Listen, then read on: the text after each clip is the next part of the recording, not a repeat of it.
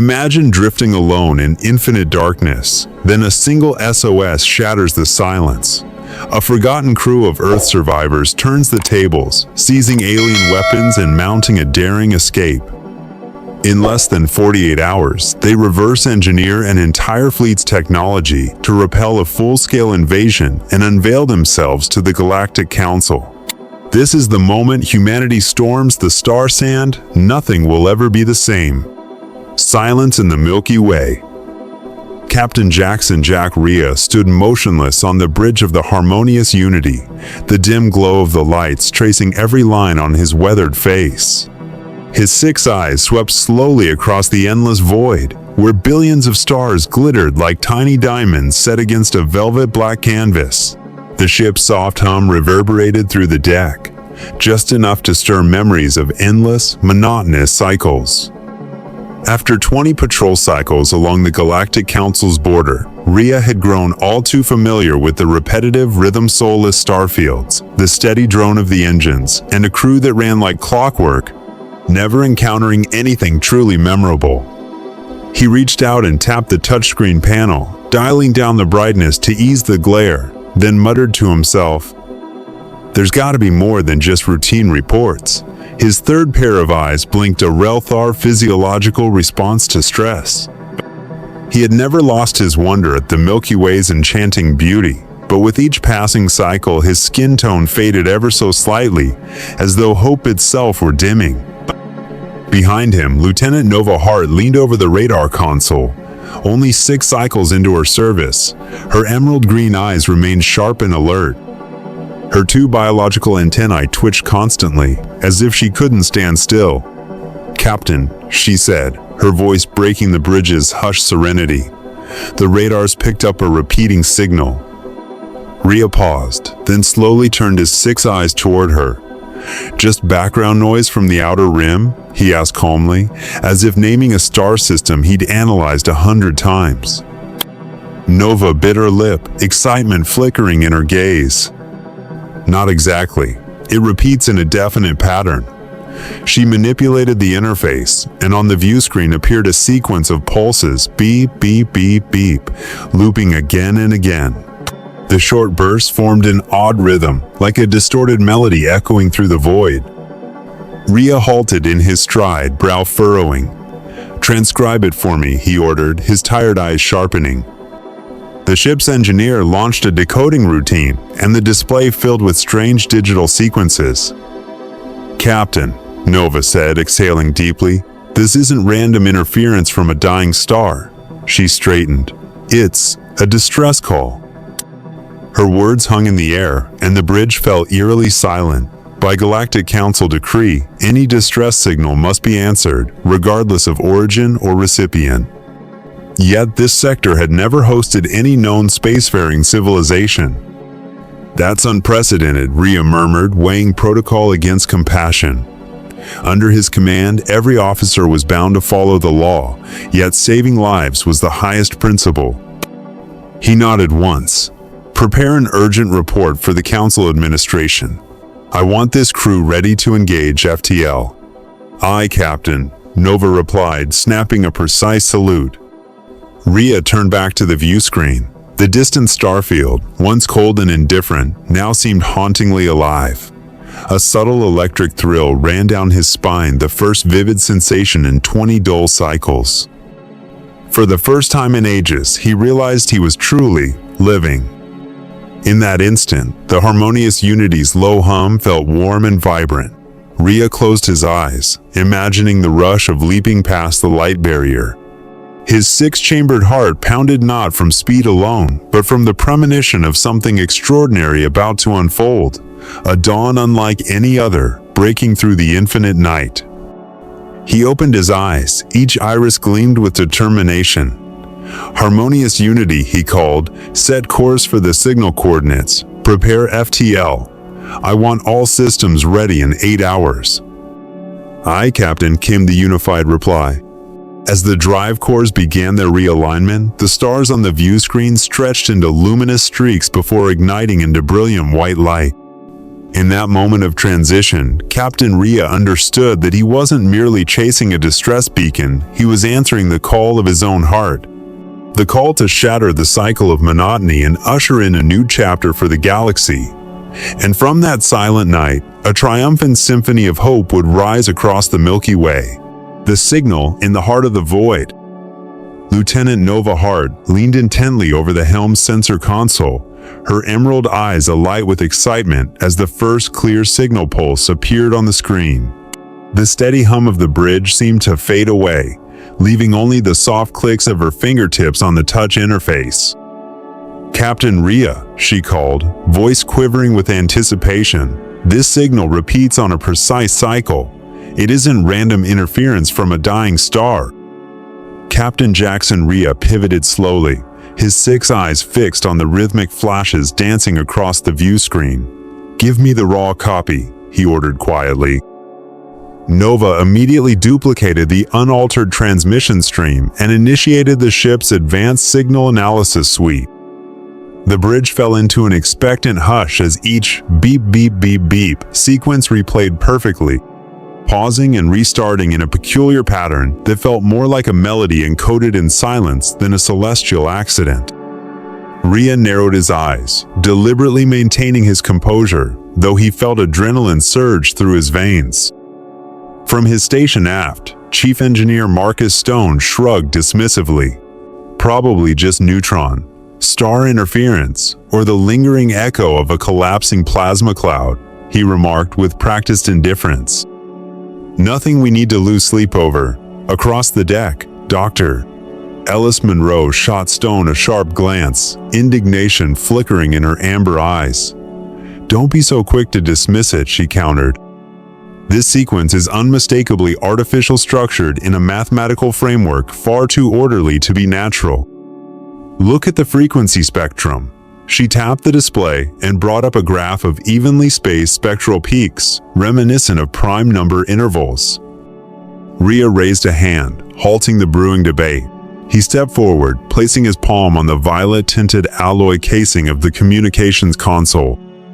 "Hold that thought," he said, voice calm but firm. "The Galactic Council's charter is explicit. Any distress call, regardless of origin or distance, must be answered."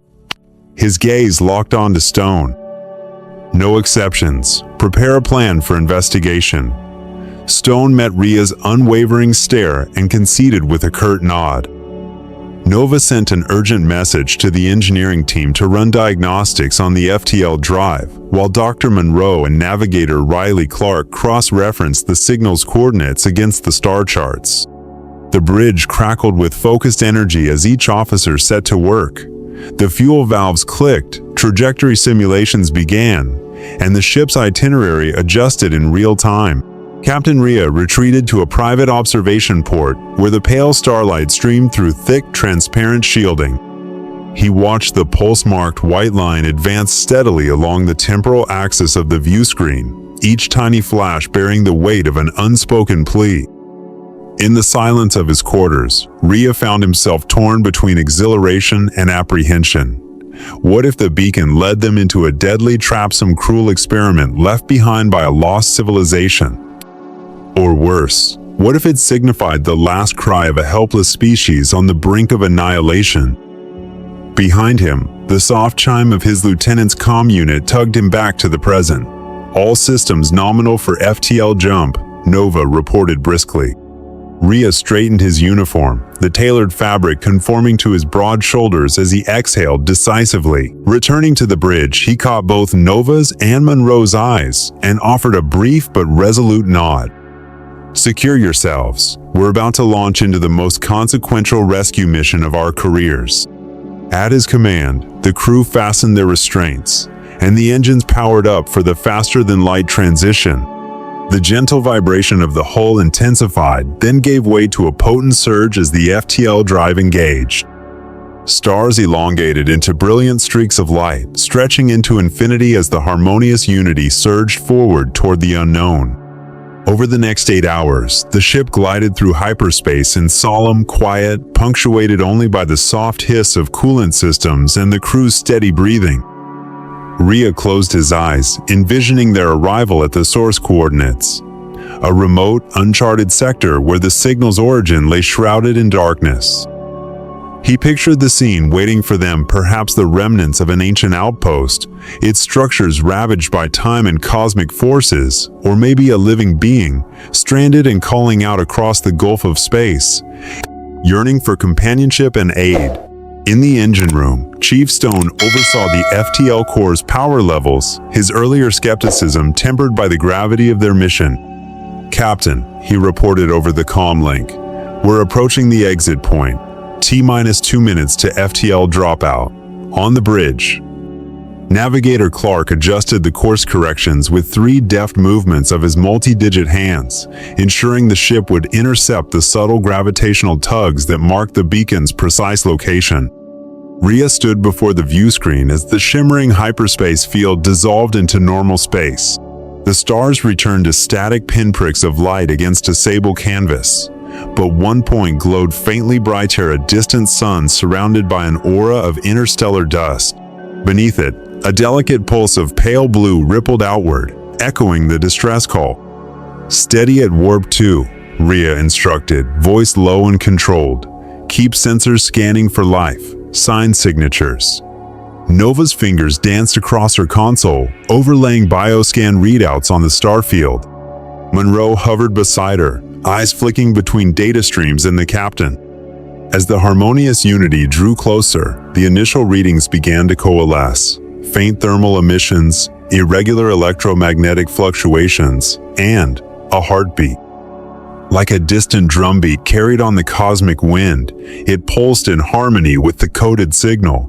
Rhea's 6 eyes widened in awe and solemn responsibility. He turned to his assembled officers. "This is it," he said, voice echoing with determination. "Prepare the secondary command launch bay. We're sending an away team to investigate, and Lieutenant Hart, keep that signal loop alive. We'll need every byte of that data to guide us." A surge of purposeful energy filled the bridge as the crew mobilized. The uncharted sector loomed before them, silent, enigmatic, and fraught with potential peril.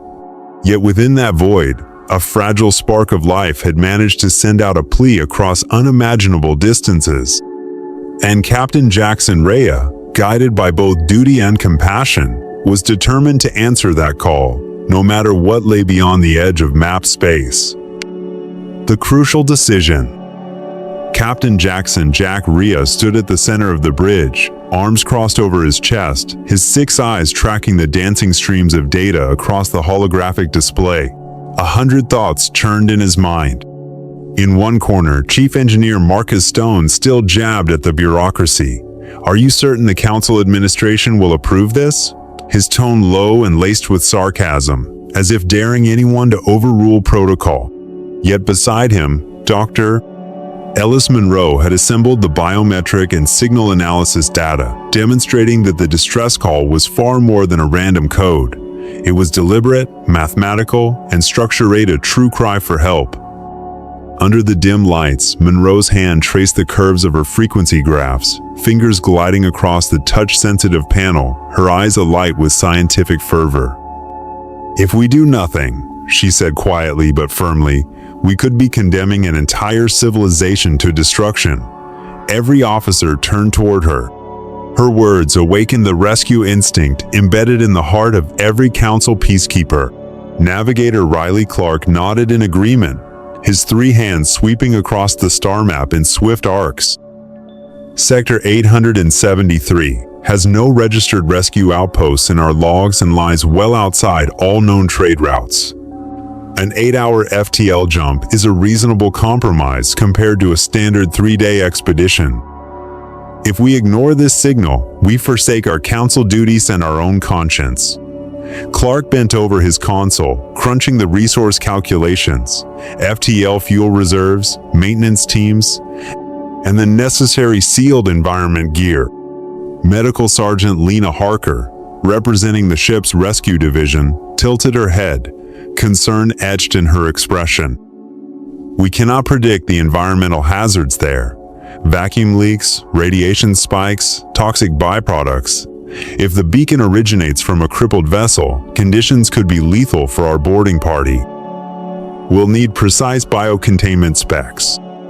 Rhea listened thoughtfully, then turned his gaze to the ship's environmental control monitor. "Agreed," he replied. "I want the med team to prepare full hazmat suits and radiation countermeasures. No assumptions, every contingency must be covered."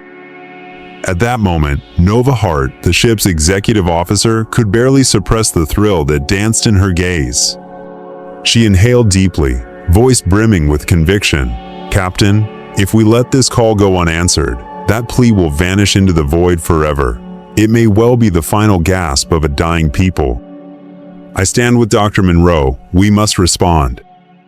Rhea pivoted, the 6 facets of his gaze reflecting resolve.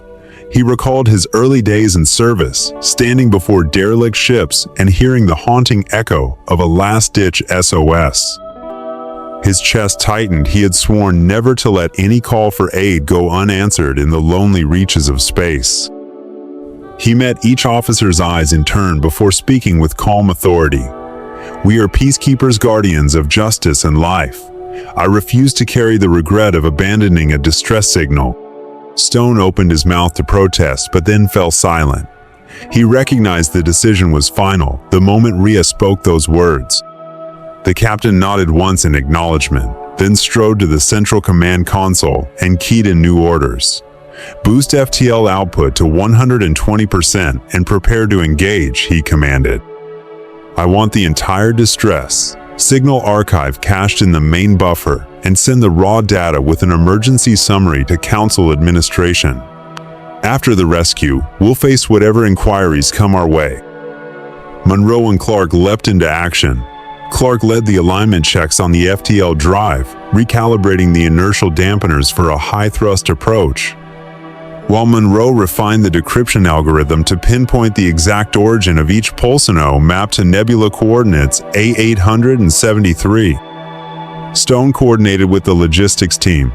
"Prep auxiliary fuel tanks, rescue toolkits, and infrared imaging drones. I want all kits sealed and ready within the hour." As the console announced FTL jump in T-10 minutes, the bridge crackled with a rush of energy. Technicians typed furiously. Indicator lights shifted from serene blue to urgent amber, then settled on a commanding red ready status. The Harmonious Unity's hum rose in pitch, as if the ship itself sensed the gravity of its mission. Rhea paused for a heartbeat, placing a hand on Nova's shoulder, a gesture of trust and unity. She met his gaze, nodding firmly. The silent accord between them spoke volumes of the bond forged under the stars. Glancing to Stone, Rhea offered a brief look of empathy. "We will succeed. Trust that we are doing the right thing." Eyes fixed on the view screen, Rhea watched the pinpoints of distant stars elongate into streaks as the ship pierced the light barrier. The FTL drive thrummed beneath his feet, shaking the deck with controlled power. He felt the familiar rush of displacement space folding, time contracting, and then the universe snapped back into place. Now in normal space, the star map displayed a lone, dim point of light, surrounded by the swirling blue-green haze of nebular gas. Beneath it, the measured pulse flickered steadily. Sensors confirmed faint thermal pockets, sporadic radiation plumes, and faint life-sign biometric heartbeats. The distress call was not a lure or prank. It was the beating heart of a civilization begging to be heard. "Maintain heading," Rhea ordered calmly. "Bring us closer until visual range. Run hull integrity scans, prepare the secondary launch bay for an away team." Nova keyed the commands, and the bridge's ambient lighting dimmed slightly as auxiliary thrusters executed fine-tuned burns. Dr. Monroe compiled the final biological hazard report, while Lena Harker oversaw the loading of environmental gear into the launch pods. Marcus Stone monitored reactor temperatures, ensuring that the extra FTL strain had not pushed the core beyond safe limits. Riley Clark plotted the quickest approach vector through the nebular turbulence. As the distance closed, the crew braced for what lay beyond, perhaps the twisted wreckage of a luxury cruiser, flagship of a vanished empire, or maybe the skeletal remains of a scientific outpost, lost to the ravages of time. Yet in every scenario, Rhea felt only a single truth. Within that silent beacon lay lives that depended on their swift arrival. Standing before the console once more, Captain Rhea inhaled deeply, the hum of the ship now a rallying cry rather than background noise. "All right," he said softly, yet every officer heard the steel in his voice. "Let's go save some lives." With that, the launch sequence began, and the away team prepared to enter the unknown, guided by nothing but the unwavering principle that no call for help should ever go unanswered. A brutal night of rescue. The red emergency lights aboard the Harmonious Unity fade to a muted glow as the boarding teams prepare to approach their target. Captain Jack Rhea, clad in lightweight composite armor, stands by the airlock viewport, peering through reinforced transparent alloy. Before them drifts a massive vessel of the Vorton Trade Federation, its once polished black hull torn open in jagged rips that reveal tangled conduits and shards of metal jutting like broken bones. Sparks flare from rent seams streaking across the plating in crimson arcs like fresh blood on hide. Behind him, Lieutenant Nova Hart holds her breath, her antenna quivering with the rapid beat of her heart. Team 1, you drop directly onto the Vortan flagship. Rhea's voice rings out through the comm network. Team 2, circle to the smaller vessel broadcasting the distress beacon. The order echoes decisively. Chief Engineer Marcus Stone leads the security contingent into the launch bay, plasma pulse rifles already powered up. The medical unit follows, medkits at their hips. The indicator lights shift from green to yellow, then to the T-red go signal. With a hiss, the airlock door slides open. A gust of frigid vacuum air surges in, carrying the acrid scent of burned oil and scorched metal. Within the dim corridor beyond, only the strobing emergency lamps illuminate the blood-like stains on the bulkhead. Stone raises a gloved hand in a silent cue, then steps forward to lead his team through the breach. His helmet-mounted camera streams every moment back to the bridge, where the crew watches with tense focus. Inside the Vorton flagship, corridors twist in a tangle of venting pipes and bare power cables, while panels overhead lie rent in diamond-shaped apertures. Each footfall echoes sharply in the dead quiet. Atmospheric pressure here is barely 50% standard, Stone reports through his comm. Watch your O2 gauges. He adjusts the breathing mix in his helmet and crouches to inspect the feed from his drone's camera. Broken containment cells, one door twisted off its tracks. Dried crimson streaked across the frame.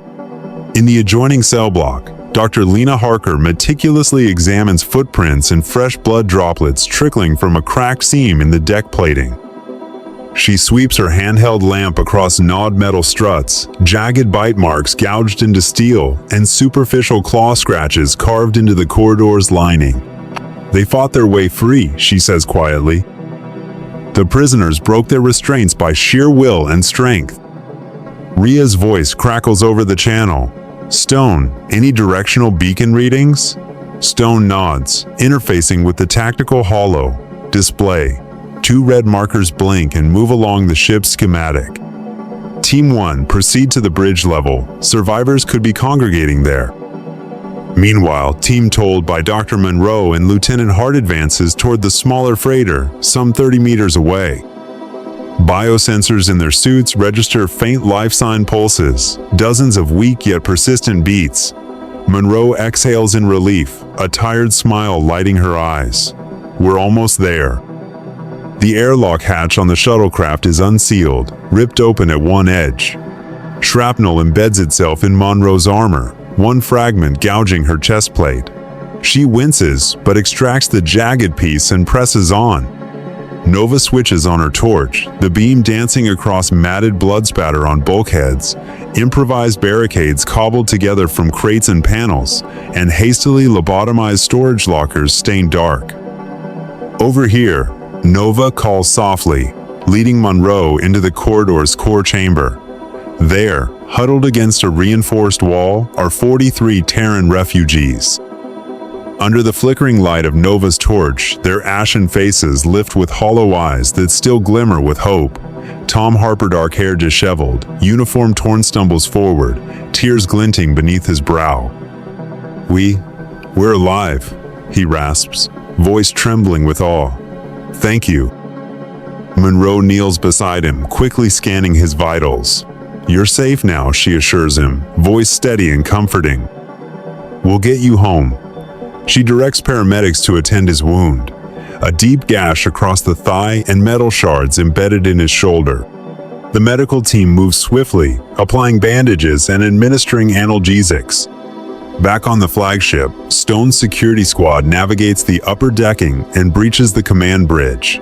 The massive titanium doors lie mangled to one side, the control consoles shattered beyond repair. Stone crouches to collect a fragment of cracked user interface, his breath audible in the empty hall. No survivors here, he reports over the comm link. They fought until the very end, then escaped. He glances up at his helmet camera. Captain, there's no life. Sign trace left aboard. Rhea grips the edge of the command console, jaw tight. Stand down, Team 1. Return to the shuttle with the Vorton data logs we'll analyze later. He pauses, recalling the hulking wreck he and Monroe examined moments ago. We still have precious cargo to deliver. Moments later, the boarding teams converge back at the ships, escorted by Nova and Lena as they shepherd the rescued Terrans into the safety of the shuttle's hold. One by one, the survivors settle onto the narrow benches, faces a portrait of exhaustion mixed with relief. Tom Harper and Anna Sinclair exchange a tearful nod as they inhale recycled Earth standard air for the first time in days. On the bridge of the Harmonious Unity, the shuttle docks smoothly. The medical crew guides the Terrans onto stretchers and into temporary quarantine suites. Emergency lights pulse gently now, not in alarm but in welcome. Rhea watches from the viewport, one hand resting on the tactical holo projector. He closes his eyes, listening not to the ship's engines but to the rhythmic sounds of human breath, a choir of rescued lives. Softly, he murmurs, "We answered the call." In the silent void of deep space, the shuttle departs, carrying survivors and their stories back to safety. Behind them, the battered Vorton vessels stand as silent witnesses to a night of sacrifice and deliverance. For Captain Rhea, this brutal rescue will echo through the annals of the Galactic Council, a testament that even in the darkest recesses of the galaxy, compassion and duty can shine brighter than any star. Communication through horror. The medical shuttle slid smoothly away from the boarding bay and accelerated back toward the Harmonious Unity, carrying 43 Earthborn survivors and a chilling mystery: the survivors' extraordinary biological resilience. On the bridge, Captain Jack Rhea watched the shuttle's automated approach, his six-layered gaze trembling slightly as Chief Medical Officer Dr. Proder. Lena Harker transmitted her preliminary findings. All vital signs are stabilizing, Dr. Harker reported, voice taut despite her calming tone. Their breathing patterns are irregular, heart rates fluctuate unpredictably, and their tissue repair markers indicate accelerated healing. It's remarkable they survived the lesions and lacerations they sustained. In the temporary quarantine ward, Tom Harper, who had been the first person off the shuttle, paused at the row of medical beds. He bowed his head and pressed a trembling hand against the transparent biobarrier. Memories swirled, the strobing red alarms, the rasp of failing life support, the agonizing solitude of deep space. He wondered bleakly if, after this fragile hope, anyone would truly answer their call for aid again. Anna Sinclair, the ship's xenobiologist, sat beside him, her eyes wide as though awakening from a fevered dream. "We thought we were doomed," she admitted hoarsely, voice rasped by dehydration. "When they arrived, your people, we didn't know if we were being rescued or raided." She offered a weary smile of gratitude toward the medical staff bustling around them. Back on the bridge, Dr. Harker's voice returned over the comm loop. "Captain, we've administered broad-spectrum antibiotics and pain suppressants. They're out of immediate danger, but require extended observation." Rhea nodded solemnly. transfer them to the long-term care wing, and send word. I want the Council's first contact specialist here at once." Moments later, Dr. Ellis Monroe and Lieutenant Nova Hart entered the ward, dressed in sleek black cloaks edged with silver uniforms of the 1st Contact Corps. Monroe carried a bilingual translation emitter. Nova clutched a datapad and audio recorder. Nova paused to steady her nerves, smoothing back her emerald green hair, then turned to address Tom. "Mr. Harper, I'm Dr. Ellis Monroe," she began in common tongue, voice calm and clear. "We are here to assist you and your people." Tom's eyes widened as he heard "we" spoken by an alien six-eyed face. Startled but trusting, he found his voice. "Humans," he stammered, struggling for words. "We, from Earth. Vortons, slavers." His accent cracked as he pointed to his chest and then out the viewport. Monroe nodded encouragingly, reading each suppressed tremor of his spirit. Nova tapped commands into her pad, and on the holoscreen appeared the words, "Earth-Human Slavers Rescue." Across the ward, technicians monitored the exchange with rapt attention. Although the dialogue was clumsy, it crackled with life. Tom recounted how they had been captured, shackled inside steel cages, then abandoned when the Vortons fled. He described how they had clawed their way free, enduring pain and starvation to send that desperate beacon. "We fight back," he whispered, fist clenched, blood still caked around his knuckles. "Together. Many died, but we won." Dr. Monroe activated her translation module. A calm female voice intoned, "They fought, they escaped, and they sent the distress signal." The broadcast carried awe and respect. Nova recorded every nuance for diplomatic records and for the Council's archives. As Tom spoke, Monroe noted the survivors' repeated use of "we" and strong action verbs, linguistic markers of a species bonded by collective struggle and unyielding will to survive. Meanwhile, on the bridge, Captain Rhea absorbed the briefing. He allowed himself a faint, proud smile. This was more than a rescue scenario. It was living proof of humanity's legendary fortitude, the Death Worlder myth made flesh. He tapped his multifaceted chin pensively, recognizing the deeper significance beyond any routine report. Nova returned to the bridge with Monroe, eyes alight with purpose.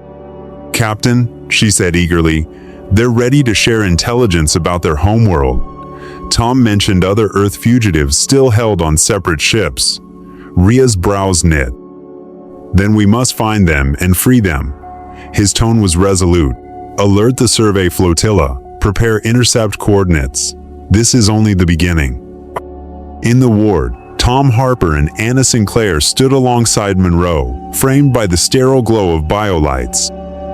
In that moment, they embodied the historic first encounter between two races robbed of freedom, the other risking everything to answer a plea for help. Neither party was simply rescuer or rescued. They stood as living testament to solidarity born from shared vulnerability. Captain Rhea's decision crystallized. The Harmonious Unity would not simply file a dispatch. They would act in behalf of life, compassion, and the indomitable drive to extend a helping hand at the edge of the cosmos. Beyond the ship's hull, the silent stars bore witness to a new alliance, forged in the crucible of desperation and hope. And so, with the war door sliding shut, the crew embarked on the next phase of their mission, a galaxy spanning search and rescue to honor the call for help that dared to pierce the void.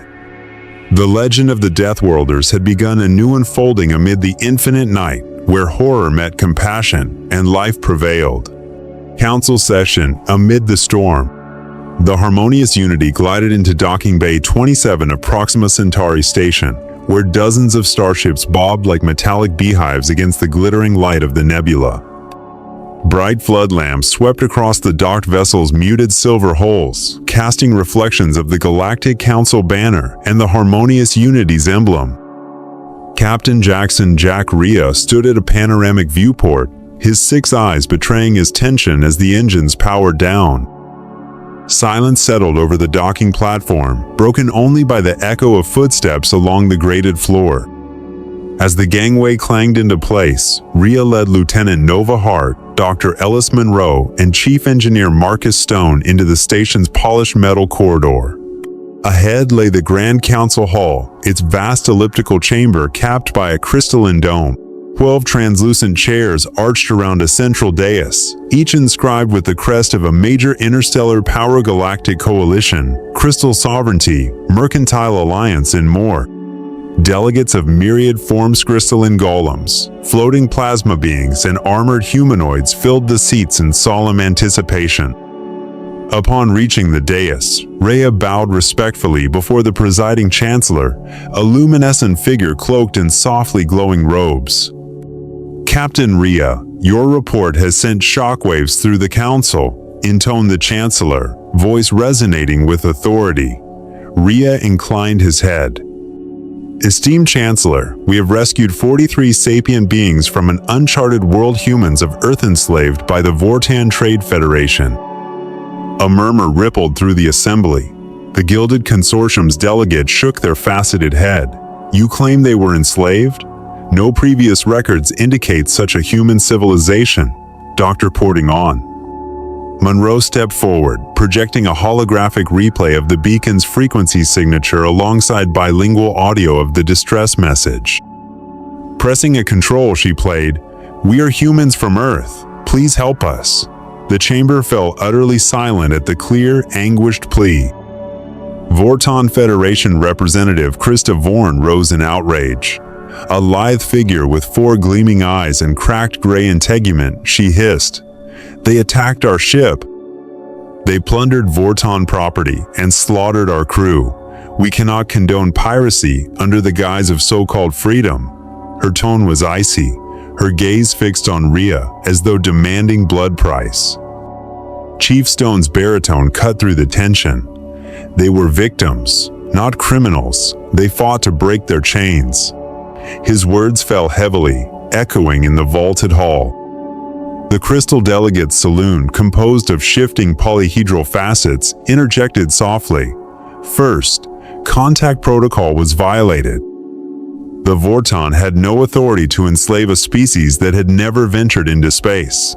Saloon's refracted light pulsed with each syllable, intensifying the moral weight. The presiding chancellor raised a luminous hand to restore order. "This session transcends accusations of slavery or piracy. The real peril is that the Vortan Federation is mobilizing its armada for reprisals, and Earth may be targeted before we can intervene." A hush fell as every pair of eyes turned toward the Vortan delegate. Krista Vorn's shoulders tensed. She snapped back. "We only seek restitution. If there has been a misunderstanding, humans must be barred from council space." Dr. Monroe pressed her robe's lapel.com crystal. "Earth's defenses are no match for a Vortan fleet. If we abandon these people, we doom an entire biosphere to obliteration." Encouraging nods greeted her statement. Others frowned in uncertainty. Rhea offered a measured half-smile.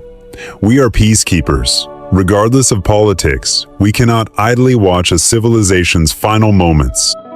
An expectant silence settled until the Chancellor proposed the unexpected. "I hereby motion to dispatch a diplomatic envoy to Earth to formalize relations before the Vortan advance. It is an unprecedented but necessary measure." Gasps and startled murmurs swept the chamber.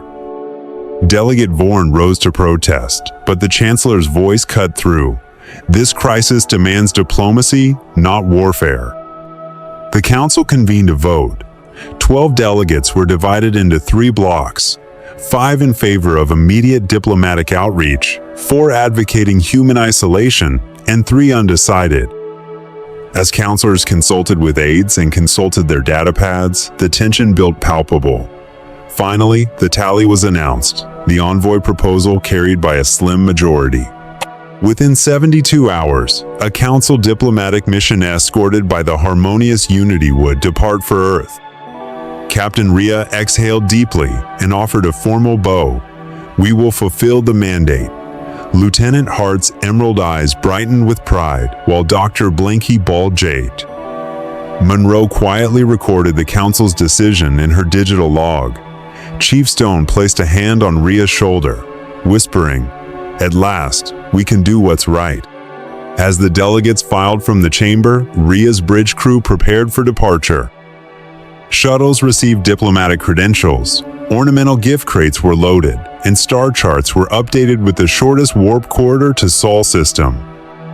Nova Hart oversaw the encryption of formal council treaties, while Monroe arranged counter-transmission protocols for first contact communications.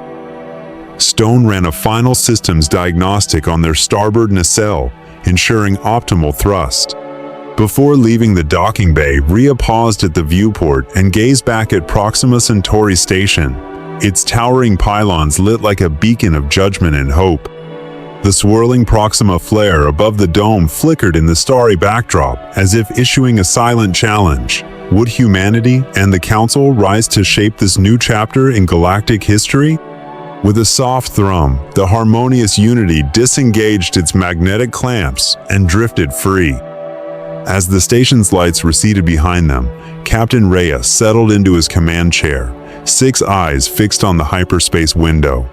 He pressed his gloved fingers together, resolve radiating through his posture. "Prepare for departure," he instructed. "Set course for Earth. Let us ensure that no voice ever goes unheard again."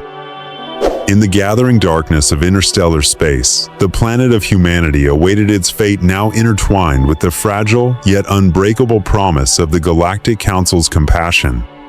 The Son of Vengeance.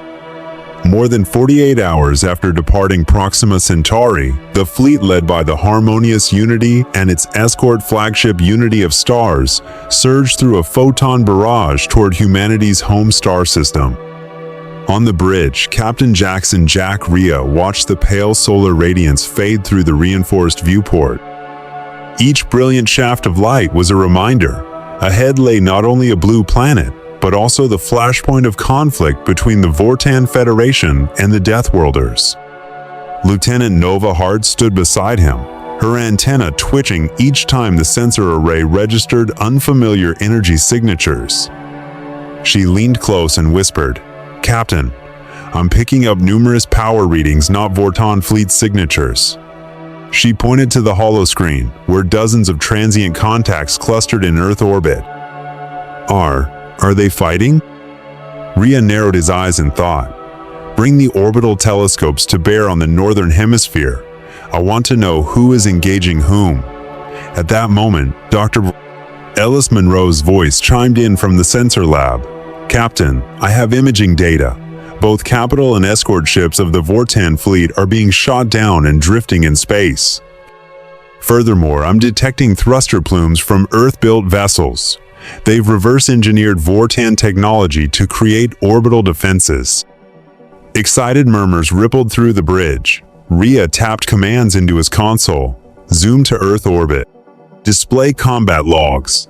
The view screen filled with a chaotic ballet of metal and plasma, humanity's orbital defense platforms unleashing high-intensity laser volleys, cleaving through the Vortan battle line. Agile human strike shuttles weaved through enemy fire, while automated orbital fortresses tracked and engaged the invading armada. Chief Engineer Marcus Stone watched in awe. "I can't believe it. They've defended Earth hand, they're winning." His voice cracked with incredulity as debris of charred Vortan vessels tumbled through the void. "In 2 days?" he stammered. Rhea inclined his head solemnly. "Precisely. They had a 3-day window between the initial strike and the arrival of the main Vortan fleet. They salvaged wreckage from the first attackers, reverse-engineered Vortan armor plating and weapon systems, and deployed orbital defenses, and now they've repelled the greatest threat to their world." At this moment, the Unity of Stars decelerated into a cavernous docking bay at Earth's Petron Station, Earth's principal interstellar gateway. The station's towering control spire, its golden facets gleaming, appeared like a watchful eye welcoming the Council delegation. Below, platoons of elite Earth Unified Defense soldiers stood in crisp formation on the landing platform. General Maria Rivers, Carmichael strode forward to greet them.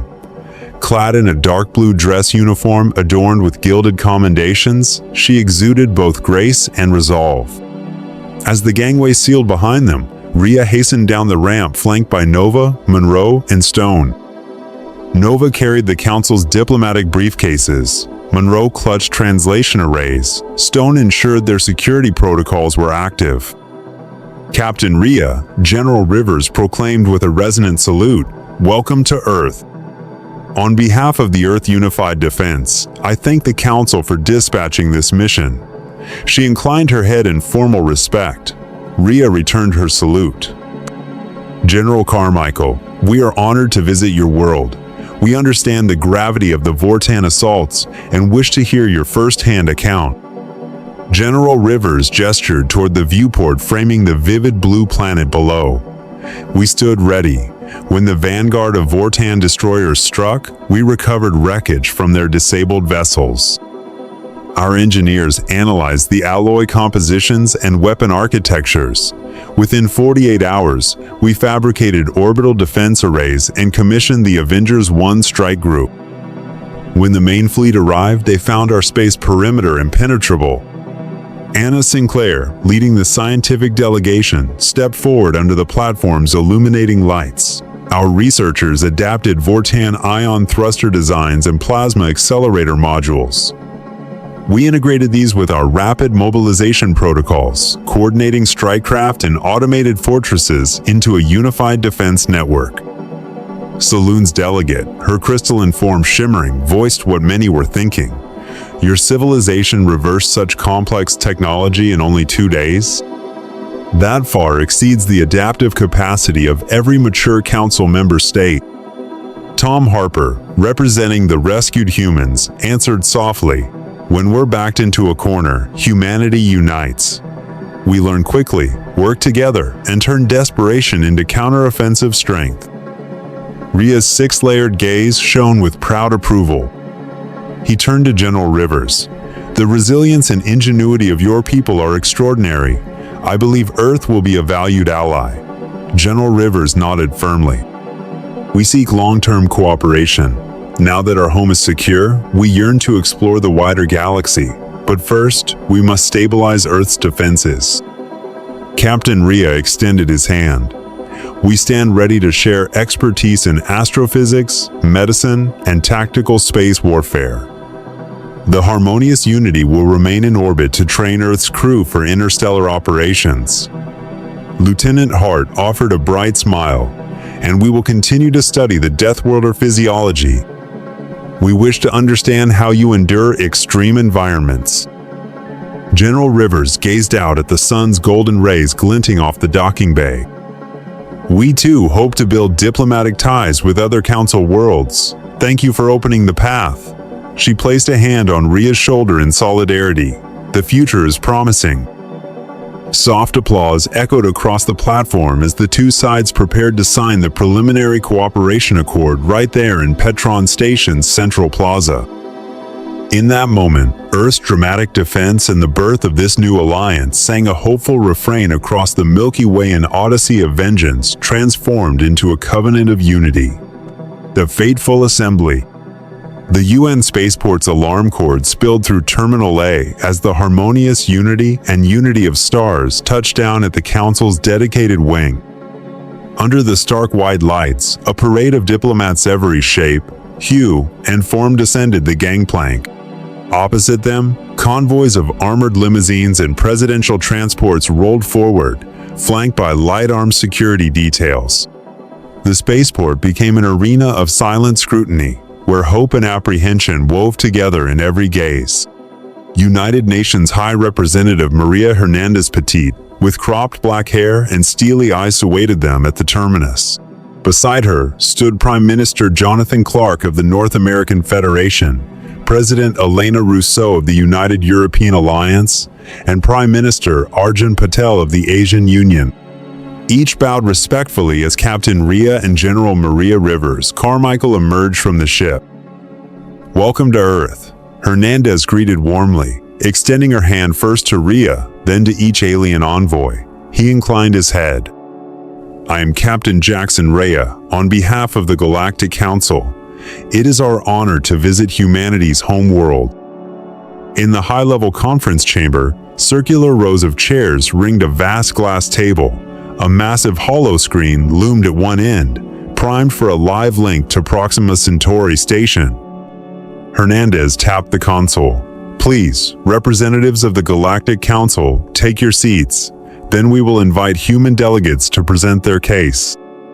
Lieutenant Nova Hart and Dr. Ellis Monroe flanked Captain Rhea.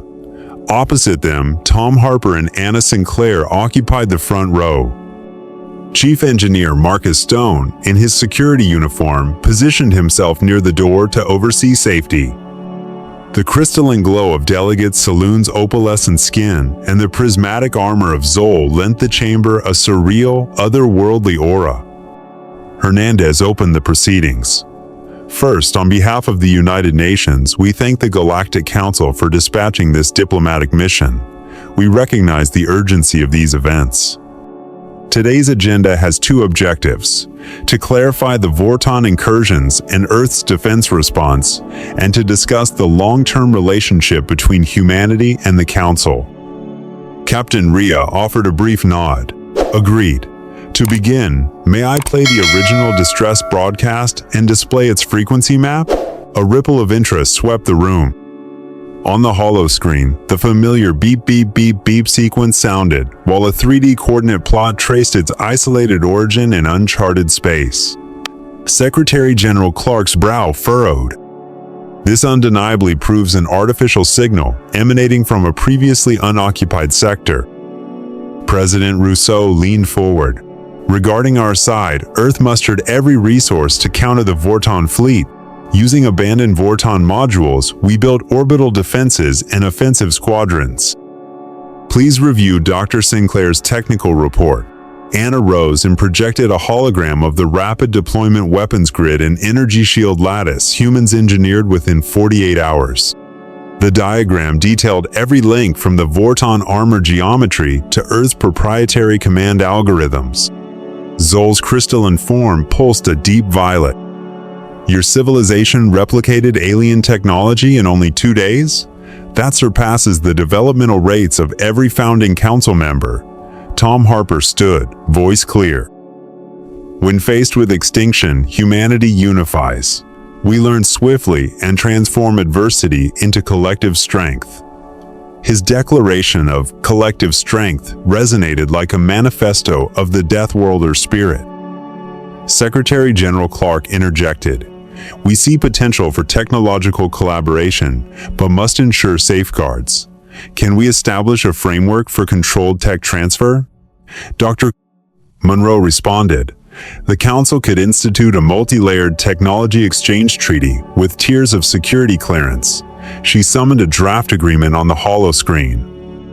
"Treaty on controlled technology transfer, listing clauses on naval armament caps, periodic audits, and joint training protocols." Prime Minister Patel nodded thoughtfully. "We also worry about militarization of Deathworlder capabilities. We need oversight, perhaps an observer program co-managed by humans and council delegates." Stone added, "Earth's defenses stand ready. We can host council monitoring teams at our orbital stations." Hernandez surveyed the assembly solemnly. "Finally, we request Earth status as a council observer. We aim to progress to full membership once we meet the criteria." Delegate Saloon flickered her facets in approval. Per council charter, a new world must undergo 8 first contact cycles. However, given the extraordinary nature of this rescue and defense collaboration, we could compress to 4 cycles. A hush fell before Hernandez continued. "If all parties concur, we shall sign a special accord today, granting Earth immediate observer status, with a phased integration respecting Council security protocols." The soft tap of pens on datapads echoed as Captain Rhea, Tom Harper, the UN representatives, and the alien delegates affixed their seals. With the session adjourned, the hollow lights faded to gentle luminescence, leaving a glow of cautious optimism. From this moment forward, Earth and the Galactic Council would enter alliance not solely for strategic interests, but driven by a shared commitment to preserving life and exploring new horizons. As the delegates filed out, Captain Rhea turned to Lieutenant Hart with a satisfied smile. "We have unlocked a new chapter in history." Nova returned his grin, eyes bright, and our story is far from over. The gateway between two worlds. 1 year has passed since the Harmonious Unity and its sister ship, Unity of Stars, ratified the Special Accord at the United Nations.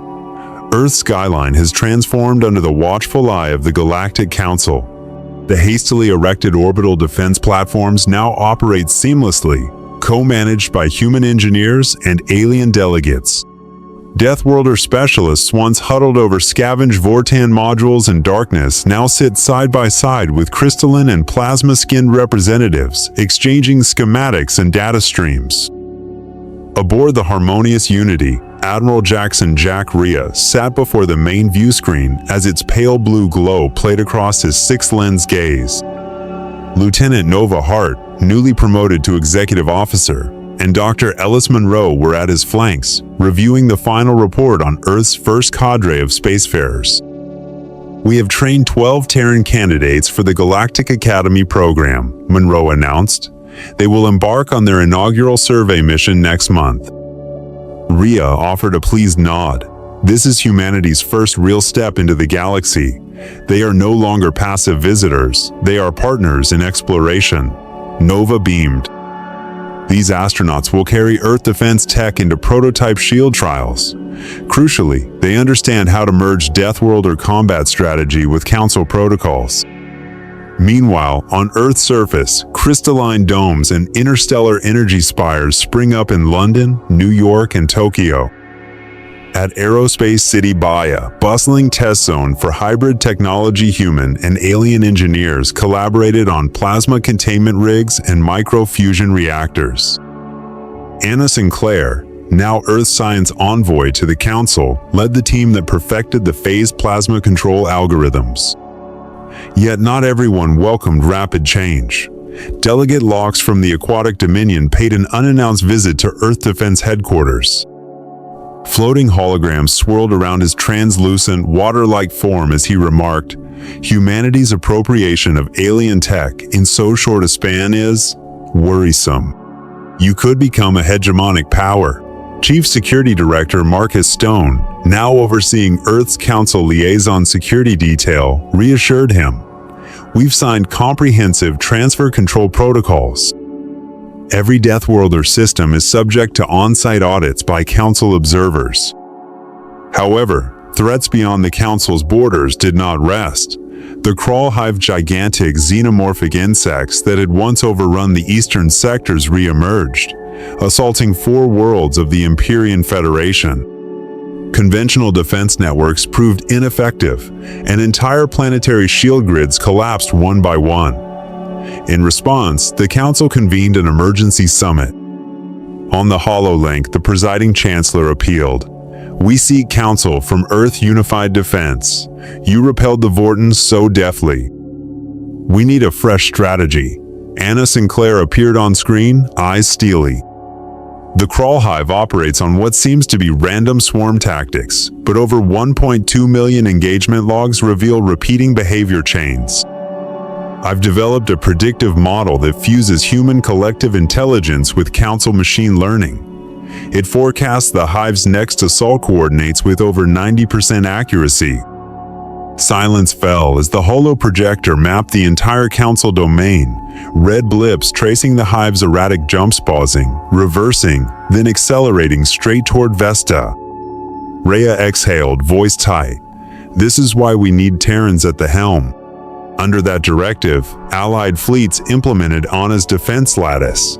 Plasma conduits lanced through space, severing the Hive's organic neural links. The engagement concluded in just 4 hours, an unprecedented response time compared to prior multi-day stalemates. Cheers erupted across command decks, and live-stream footage of Earth's orbital platforms rocketed to the top of galactic news feeds. This victory proved humanity's resilience and innovative spirit, a fusion of brutal fieldcraft and Council-grade technology. Anna Sinclair allowed herself a rare smile. "We have halted the greatest threat to the Council, and this is only the beginning."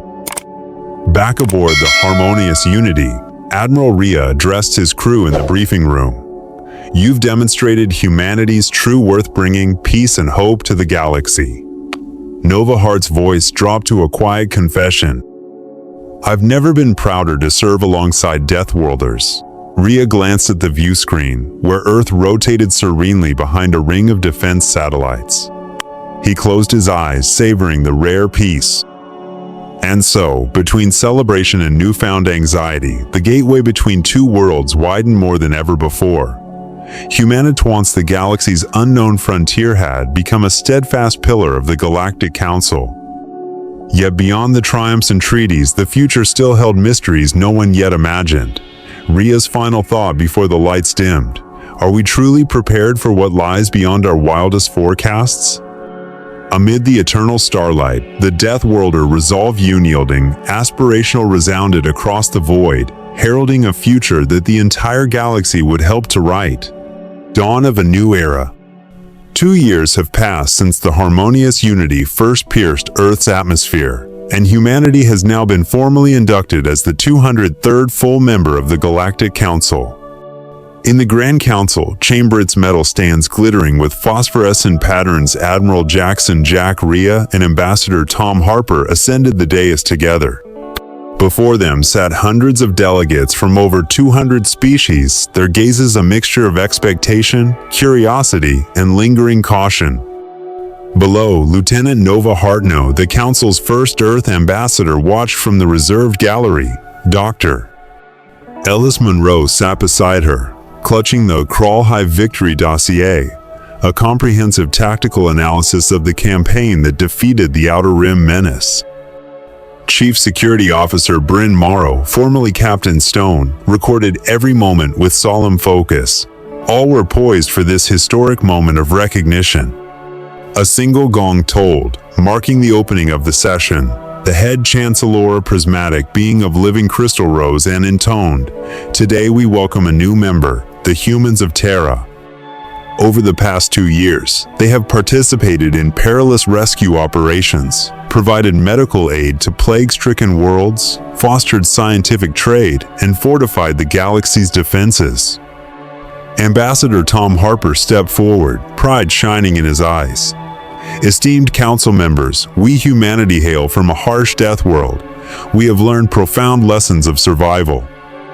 Yet our mission is not conquest, but collaboration, to share knowledge, safeguard life, and advance together."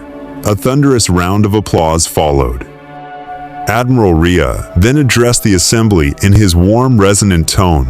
"I have served 2 decades as a peacekeeper, witnessing civilizations rise and falter. But I have never seen a species combine resilience with compassion as you have. We pledge to uphold council law, support our allies, and protect the vulnerable." He paused, his six-fold gaze sweeping the chamber before a gentle, confident smile. Following their remarks, Delegate Zol, whose crystalline form bridged multiple dimensions, spoke up. "Humanity aided us against the Crawl Hive and mounted a daring rescue at a neutron star research station. Your ship, Polaris, retrofitted with Earth technologies, operated within lethal radiation belts to save 60 scientists." The holoscreen displayed footage of the Polaris's automated docking and rescue sequence, concluding with heartfelt messages of thanks from the freed researchers. Delegate Lox, the ethereal envoy from the aquatic dominion, offered a rare smile. "We once questioned the endurance of Terrans. Yet you have shown that a death world forges not only physical toughness, but also a spirit of discovery and shared responsibility." The head chancellor rapped the gavel. "By unanimous vote, we recognize humanity as the 203rd official member of the Galactic Council. You shall hold full rights to propose and vote on all matters." Phosphorescent light rippled across the chamber, dispelling any remaining doubts. As the ceremony concluded, Rhea descended into the crowd, shaking hands and exchanging bows with delegates. Nova Heart joined him, tapping his shoulder. "A long road ends today." Rhea glanced at the view screen behind the dais, where Earth orbited in tranquil majesty. "And yet, we stand at the threshold of a new epoch. Humanity will no longer stand alone, and the Council will be all the richer for it."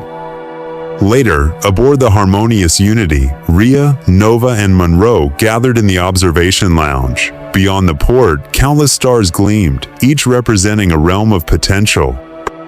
Monroe quietly observed, "We've accomplished much, but there is so much more to learn." In the corridor outside, Ambassador Tom Harper chatted with science envoy Anna Sinclair. "Do you think we'll establish an interstellar university?" he asked with a grin. Anna laughed softly. "Why not? At our rate of learning, we could partner with Saloon and Zoll to unlock crystalline physics and multidimensional travel." Meanwhile, Admiral Morrow reviewed the Council's updated logistics routes. "Our Earth Council trade lanes are fully operational. Cargo runs for food, medicines, and advanced tech have doubled." He frowned thoughtfully. "We must ensure no unauthorized tech leakage. Earth Defense and the Peacekeeper Corps will coordinate regular patrols."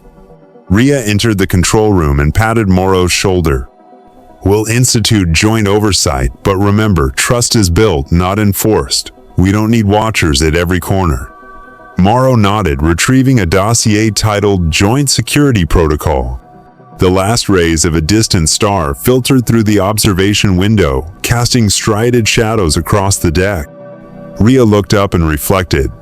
Space is an endless frontier, but today, we penned a new chapter on where our combined efforts stand as a beacon of hope.